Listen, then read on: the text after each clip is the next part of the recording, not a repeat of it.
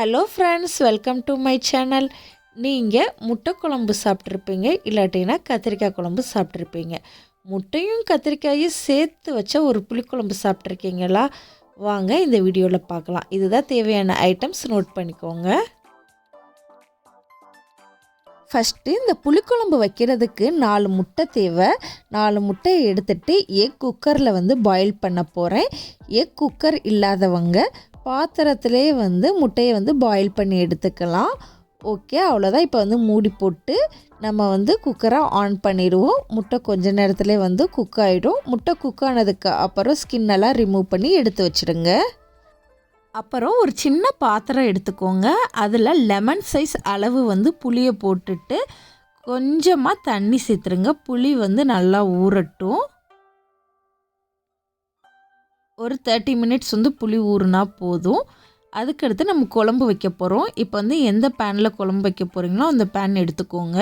அதில் உங்களுக்கு தேவையான அளவு எண்ணெய் ஊற்றிக்கோங்க. எண்ணெய் காஞ்சதுக்கு அப்புறமா கடுகு உளுந்து சேர்த்துக்கோங்க. இப்போ கடுகு உளுந்து பொரிஞ்சதுக்கு அப்புறமா வெந்தயம் சேர்த்துக்கோங்க.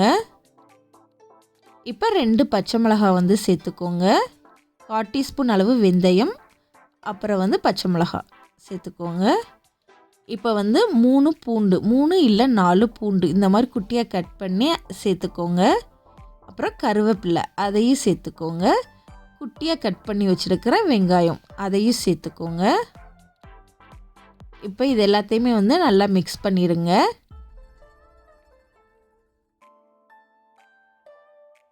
வெங்காயம் நல்லா வதங்கி கலர் லைட்டாக சேஞ்ச் ஆனதுக்கு அப்புறமா நம்ம தக்காளி ஆட் பண்ண போகிறோம். ஸோ அது வரைக்கும் நீங்கள் வெங்காயத்தை நல்லா வதக்கிக்கோங்க. இப்போ ஒரே ஒரு தக்காளி தான் குட்டியாக கட் பண்ணி வச்சுக்கோங்க. இப்போ அதையே ஆட் பண்ணிக்கோங்க. இப்போ தக்காளியும் நல்லா வதக்கி விட்டுருங்க.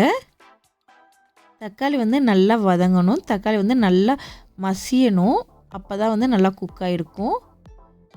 இப்போ ஒரு 1/4 டீஸ்பூன் மஞ்சள் தூள் சேர்த்துக்கலாம். 1 டீஸ்பூன் மிளகாய் தூள், 1 டீஸ்பூன் கொரியாண்டர் பவுடர் மல்லிப்பொடி, 1 டீஸ்பூன் சாம்பார் பவுடர். இது எல்லாத்தையுமே ஆட் பண்ணிவிட்டு லைட்டாக மிக்ஸ் பண்ணிடுங்க.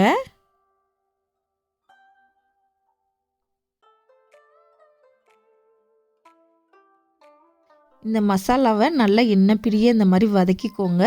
நல்லா வதங்கினதுக்கு அப்புறமா 2 குட்டி கத்திரிக்காய் இந்த மாதிரி நீல வாக்கில் கட் பண்ண கத்திரிக்காயை சேர்த்துக்கோங்க. 2 இல்லாட்டினா 3 உங்கள் இஷ்டம்தான். சேர்த்து அதையும் நல்லா வதக்கிக்கோங்க. கத்திரிக்காயும் நல்லா எண்ணெய் பிரிய வதக்கணும். அப்போ தான் நம்ம வதக்கிற வதக்கில் தான் டேஸ்ட்டே இருக்குது. ஸோ கத்திரிக்காயும் நீங்கள் நல்லா வதக்கிடுங்க.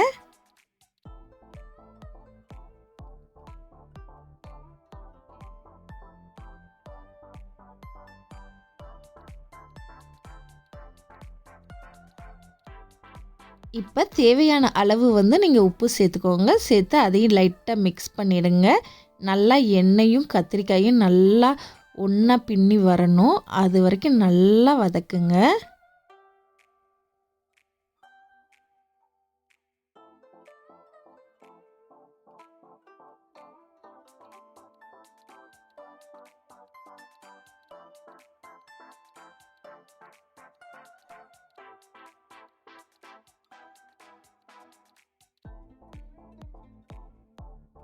இப்போ கத்திரிக்காய் நான் சொன்ன மாதிரி நல்ல எண்ணெய் பிரிய வந்துருச்சு. இப்போ கொஞ்சமாக கத்திரிக்காய் குக் ஆகிறதுக்கு நம்ம தண்ணி சேர்த்துக்கலாம். இப்போ நல்லா கத்திரிக்காய் குக் ஆகணும். ஸோ லைட்டாக ஒரு மிக்ஸ் பண்ணிக்கோங்க. கத்திரிக்காய் வேகமாக குக் ஆகிறதுக்கு நம்ம என்ன செய்ய போகிறோம்னா மூடி போட்டு குக் பண்ண போகிறோம். ஒரு 10 மினிட்ஸ் மூடி போட்டு குக் பண்ணுங்க.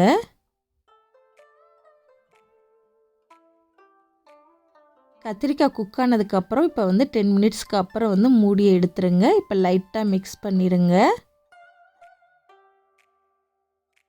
இப்போ புளி தண்ணியை ஆட் பண்ணிக்கலாம். ஏற்கனவே ஊற வச்ச புளியை மிக்ஸ் பண்ணினீங்கன்னா தண்ணி கிடைக்கும். அந்த தண்ணியை ஆட் பண்ணிக்கலாம். இப்போ லைட்டாக மிக்ஸ் பண்ணிக்கோங்க.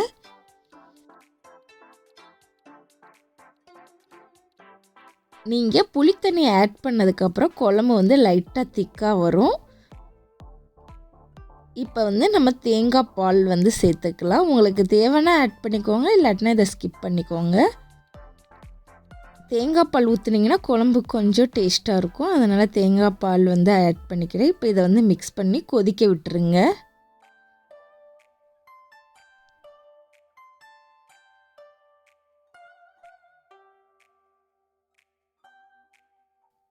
இப்போ வந்து குழம்பு வந்து நல்லா கொதிக்க ஆரம்பிச்சிருச்சு. இப்போ லைட்டாக வந்து மிக்ஸ் பண்ணிடுங்க.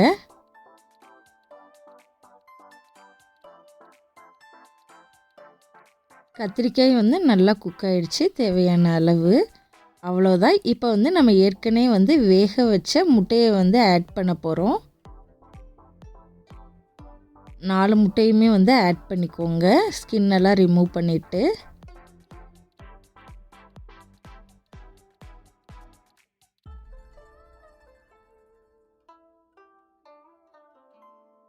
அப்புறம் நல்லா சிம்மில் வச்சு 10 மினிட்ஸ் விட்டுருங்க. ஏன்னா அப்போ தான் முட்டையோட ஃப்ளேவர் எல்லாமே வந்து குழம்புல இறங்கும். ஸோ அதனால் அந்த மாதிரி பண்ணிக்கோங்க.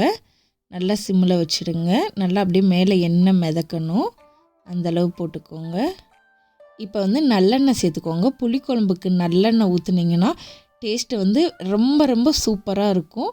நான் எல்லா புளிக்குழம்புக்குமே வந்து நல்லெண்ணெய் ஆட் பண்ணுவேன். ஸோ நல்லெண்ணெய் வந்து சேர்த்துக்கோங்க. அதுக்கப்புறம் குட்டியாக கட் பண்ணி வச்சுருக்கிற மல்லித்தலை எக்ஸ்ட்ரா ஃப்ளேவராக இருக்கும், அதையும் ஆட் பண்ணிக்கோங்க. இப்போ லைட்டாக மிக்ஸ் பண்ணிடுங்க. அவ்வளவுதான். ரொம்ப ரொம்ப சூப்பரான புளிக்குழம்பு வந்து ரெடி ஆயிடுச்சு. நீங்கள் இந்த மாதிரி சாப்பிட்ருக்கவே மாட்டீங்க. டேஸ்ட்டே வந்து அவ்வளவு அருமையாக இருக்கும். கண்டிப்பாக ட்ரை பண்ணிவிட்டு எப்படி இருக்குன்றதை வந்து மறக்காமல் சொல்லுங்கள். நல்ல சூடான சாப்பாடு வச்சு இந்த குழம்பை ஊற்றி சாப்பிட்டு பாருங்கள். டேஸ்ட்டே வந்து அவ்வளோ பிடிக்கும். எல்லோரும் எனக்கு உனக்குன்னு மாற்றி மாற்றி குழம்பு ஊற்றி சாப்பிடுவாங்க. அவ்வளவு டேஸ்ட்டாக இருக்கும். உங்களுக்கு என்னோட முட்டை புளிக்குழம்பு வீடியோ பிடிச்சிருந்துச்சுன்னா நம்ம சேனலை வந்து மறக்காமல் சப்ஸ்கிரைப் பண்ணுங்கள். அப்புறம் உங்கள் ஃப்ரெண்ட்ஸுக்கும் வந்து ஷேர் பண்ணுங்கள். கண்டிப்பாக இதே மாதிரி நிறைய புது புதோட ரெசிபி டெய்லி உங்களுக்காக அப்டேட் ஆகிக்கிட்டே இருக்கும். நம்ம சேனலை சப்ஸ்கிரைப் பண்ண மறந்துடாதீங்க. நெக்ஸ்ட் வீடியோவில் பார்க்கலாம். பாய்.